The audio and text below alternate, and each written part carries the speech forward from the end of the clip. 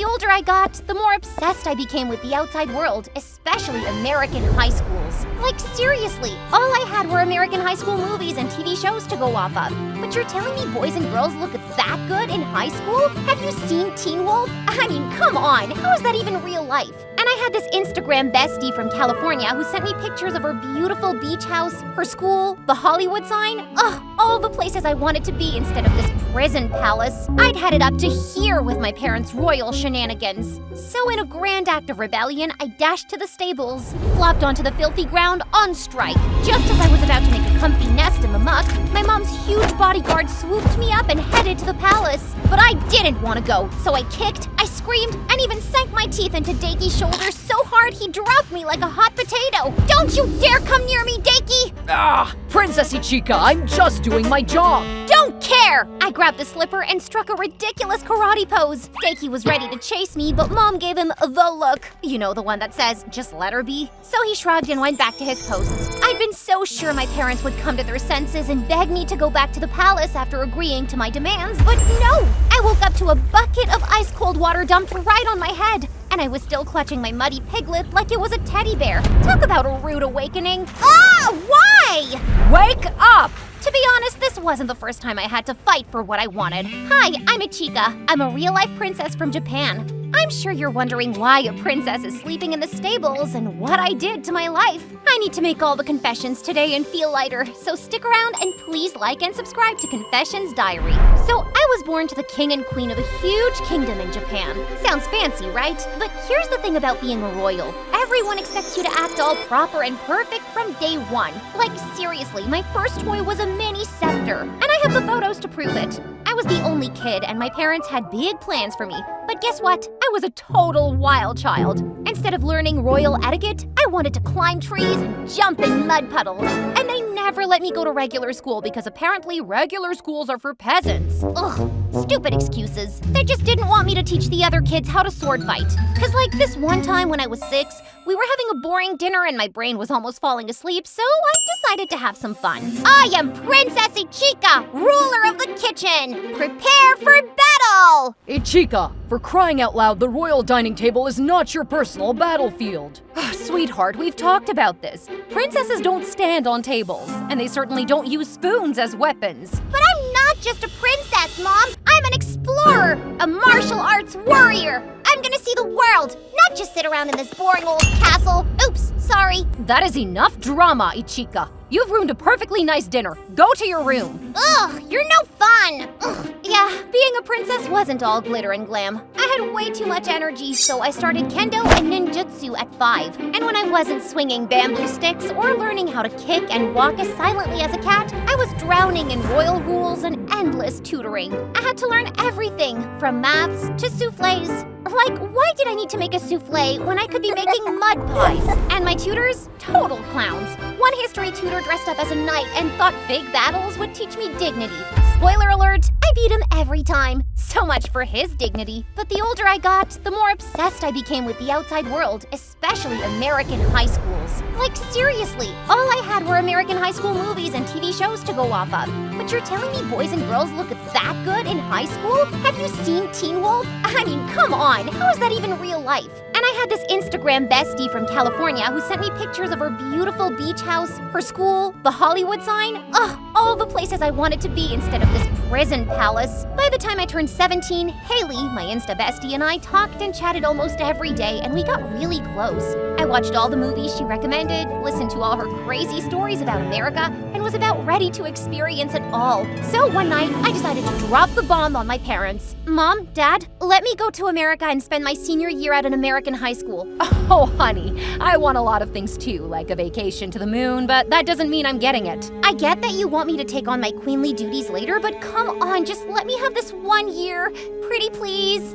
Not happening, Ichika. Sleep off this ridiculous whim of yours. This isn't a whim, Mom. Dad, seriously, help me out here. Ichika, listen to your mom. Oh, you guys are so frustrating. I was furious they weren't listening. So my grand plan to get their attention? I stormed off to the stables to punish them by sleeping with the animals. Because obviously nothing says take me seriously like curling up in a pile of mud. And that is how I ended up curled up with a piglet covered in mud while my mom looked like she was about to faint from the sheer horror of it all. If you don't let me go to America for my senior year, I'm running away. Like, for real. Are you threatening the queen? Because I'm pretty sure that is considered treason. It's also treason to make the future queen so miserable that she wants to run away. Oh, you are impossible. Look at you covered in mud, surrounded by farm animals. This is not how we raised you, Ichika. Mom and I are basically two stubborn mules, and this was no different. I refused to eat anything because eating would mean giving in. I skipped all my showers so I smelled like a dumpster, and I also ditched all my classes because apparently missing graduation is totally worth it for a royal tantrum, right? Wrong. My parents stood their ground and absolutely refused to compromise. Well, if that's the way they want it, then let the games begin. Time to execute Plan B. Plan B was very simple. Save lots of money, get a fake ID, which I did by myself, by the way. I'm pretty smart.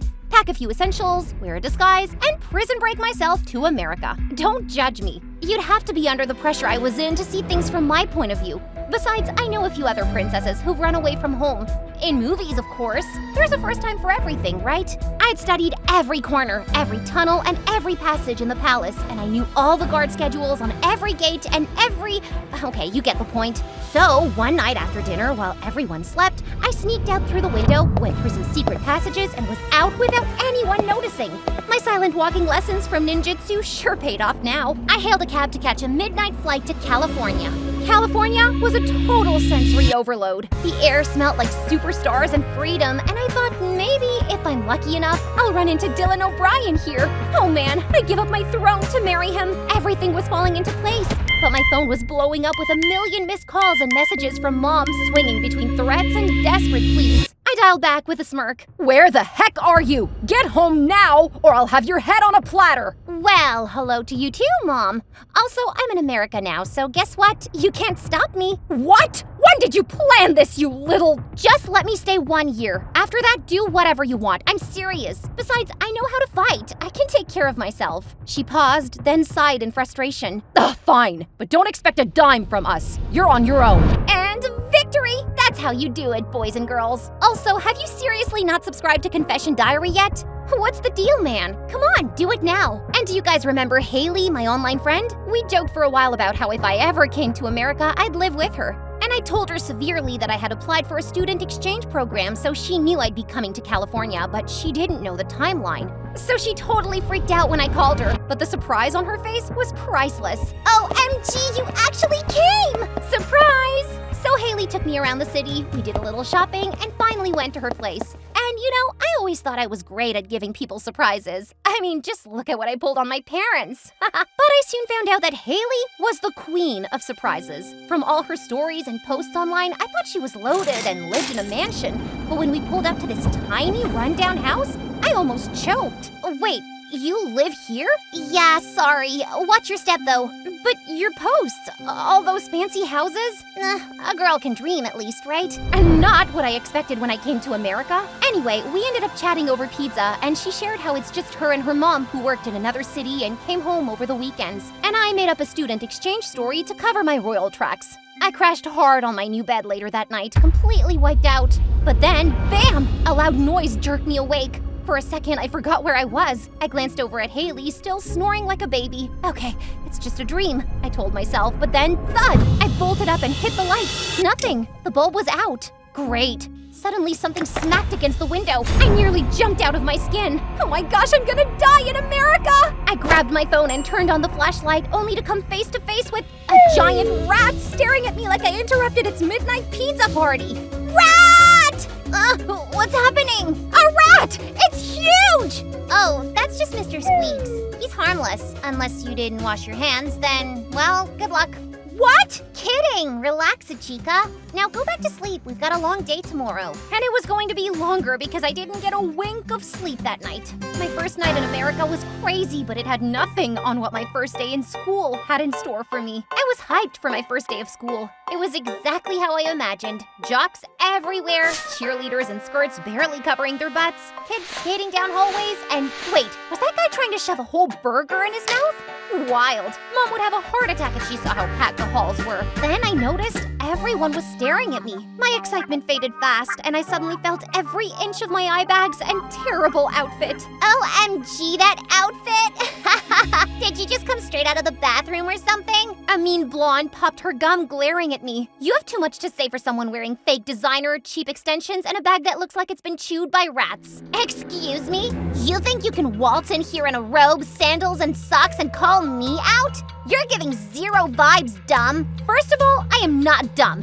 And second of all, I hadn't even finished when someone from the crowd yelled, No cap! That outfit's mad jokes! Before I could even react, Haley shoved the girl, sending her crashing to the floor. Ow! My ankle, you psycho! Google kimono and Aboko shoes. Learn something for once and stop humiliating yourself, Madison. Haley snapped, grabbing my hand as we bolted. Mean girls? Yup. And you really need a wardrobe change. Wait, what does no cap mean? The rest of the day was relatively okay until lunchtime when I realized that there were tables for different cliques in the school. And what was Haley's clique? None. She was a loner who sat by herself near the dumpster. This girl's social media life was definitely nothing like her real life. It was like I met a totally different person. That's to say, you shouldn't believe everything you see on social media, you know?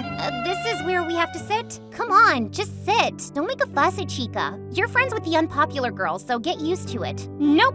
There is no way we're sitting here when there's perfectly empty tables over there. So I grabbed Haley and we walked to the table, but before we could sit, so-called Madison knocked my tray off my hands and the food went flying everywhere. Our table. Peasants sit over there, near the dumpster where they belong. Who are you calling peasant, plastic bimbo? Before she could respond, I threw a kick and stopped inches away from her face. She was so terrified that she dropped her tray and fell to the ground. That kick will dismantle your face the next time you come at me. Cap or no cap? Ugh, I'll add a slang dictionary to your makeover. Well, while everything else hadn't gone as I expected since I got here, at least I'd gotten a decent table for us. After that, Madison and her minions stayed away from us, but it also helped that I got some new outfits so I could fit in better with the American crowd. The next couple of days were amazing. Mom called me almost regularly to check on me and confirm that I was still alive, and I got used to my new living situation and even left a snack every night for Mr. Squeaky. And in case you're wondering if I finally got to meet my Dylan O'Brien, well, let's just say instead that I noticed this creepy guy staring at me every day since my first day in school. He had really strange teeth and wore glasses bigger than his face. Hey, do you know that guy in our class who wears large glasses? You mean Remy?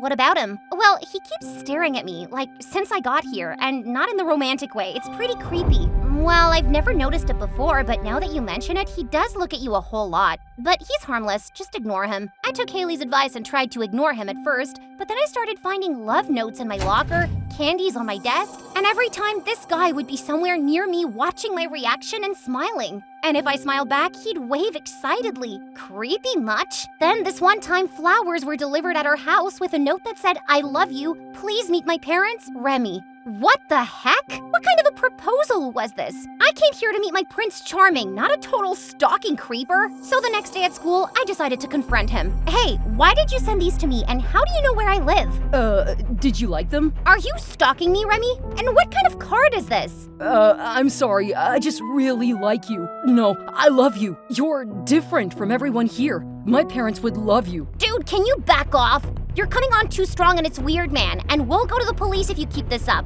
Haley shoved the withering flowers at him, and as we walked away, I swear I heard him say, watch your back. I'm sorry, what did you say to me? Oh, your back is really pretty. No, let's just go, Ichika. He's giving me dark vibes. I tried to shake off that creepy incident, and for a few days, nothing happened. Remy stopped coming to school as much, and when he did, he just slumped over his desk, barely moving. Then, after gym one day, I was alone in the changing room when a loud bang made me jump. I stepped away from my locker to check, but when I came back, there was a strange doll inside.